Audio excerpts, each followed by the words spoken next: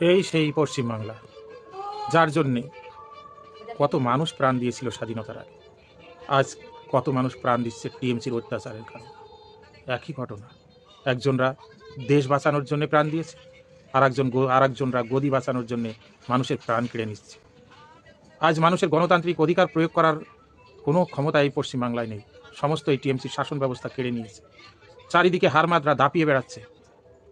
তারা যেভাবে মানুষকে তুলে নিয়ে গিয়ে পার্টি অফিসে ঠেট দিচ্ছে, আবার কোথাও তার বাড়ি ঘরে বাইরে থেকে শিকল দিয়ে পেট্রোল ঢেলে আগুন দিয়ে পুড়িয়ে মারার চক্রান্ত হচ্ছে। এদের অপরাধ কি? এরা বিরোধী পার্টি করে, বিজেপি করে, তার জন্য তাদের ঠেট দিয়ে তাদের জীবন সংশয় করার ষড়যন্ত্র করছে। 200-300-র উপরে বিজেপি কর্মীদের হত্যা করা হয়েছে, আরও কত মানুষ নির্বিচারে হত্যা হচ্ছে তাদের।